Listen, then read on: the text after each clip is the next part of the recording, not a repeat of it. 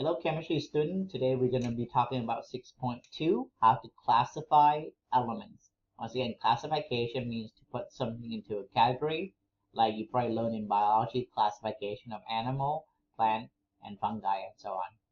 So the periodic table have different area that have very similar characteristics to each other.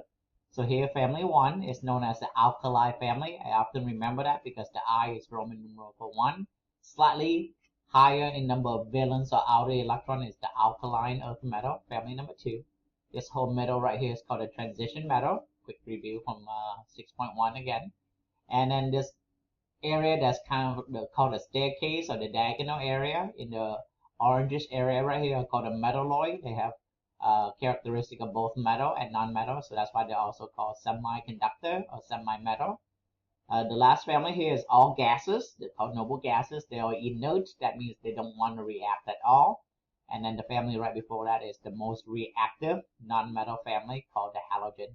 And the most reactive metal is the alkali, by the way. That's why we use lithium battery because it can react very, very fast. That means fast charging and also release a lot of energy at once if needed. If you ever been in one of the higher end Tesla, when you step on the accelerator, since it doesn't have gas, it goes pretty quick because the energy can kick in very, very quickly.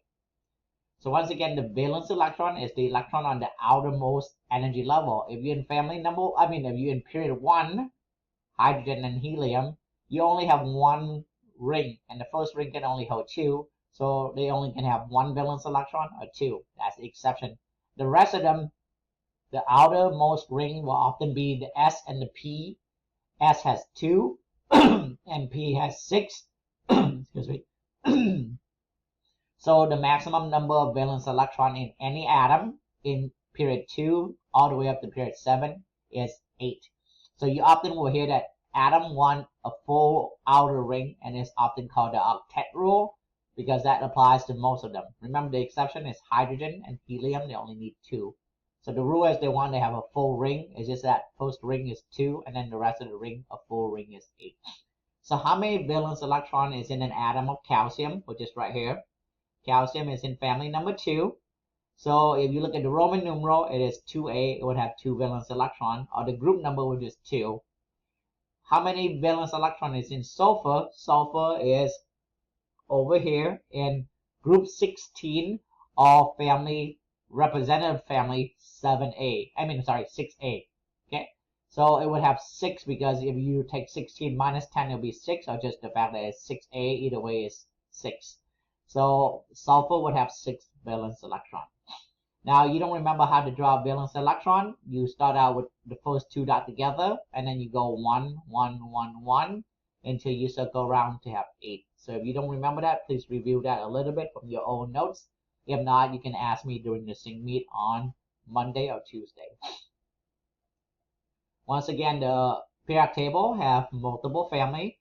Some people often ask me, Mr. Wu, how you remember which row is the lanthanide and which one is actinide? You don't need to have it labeled for you at all. Just look at element number 57. It started out with lanthium, so that's going to be the row or the period that's called lanthanide. And then actium would be the actinide. So that's an easy trick to remember that. If you don't remember, the periodic table is grouped now based on the number of proton, okay, by Moseley. And Moseley also know that proton is equal to electron. So the area of the periodic table is based on the electron configuration, the S, the P, the D, and the F. Okay. So if you want to find an element and you're given just the ending of the configuration, what would it be? So please remember the S and the P is the same row that is on. The D is always going to be one row below the number on the front. So if I see 6P2, I would go down to period number 6. So the one that starts with CS. And I would count over until I get to P2. So I know the P is on the far right of the periodic table. And so row number 6, the second one, P2, the second one in the P section is lead, PB. So 6P2 would be lead, PB. 4D6. So I know D is in the middle, and the first D that I see is 3D. So 4D is the second row in the D section in the transition metal. And it's 6, so I count over 6 starting from Y. 1, 2, 3, 4, 5, and 6 is all U, named after Rutherford. is the element. So that's how you find the correlation between the configuration and what element it is. Okay. So you forget what SPD is back on this previous slide. So hopefully you get a chance to remember S is in the first two columns. S and P start with the same number as the row that it is in. So 6P would be in row 6, 5P would be row 5, 4S would be in row 4. D is always one number below that. Okay, so you see 4D is actually in row number 5. You see 3D is in row number 4. So once again, the homework is to do the end of the section review question on your textbook. So take a look at that, read 6.2, and then do the end of section review question. And that's what you turn in. You don't have to turn in your note anymore. With that, I wish you good health and have a good day.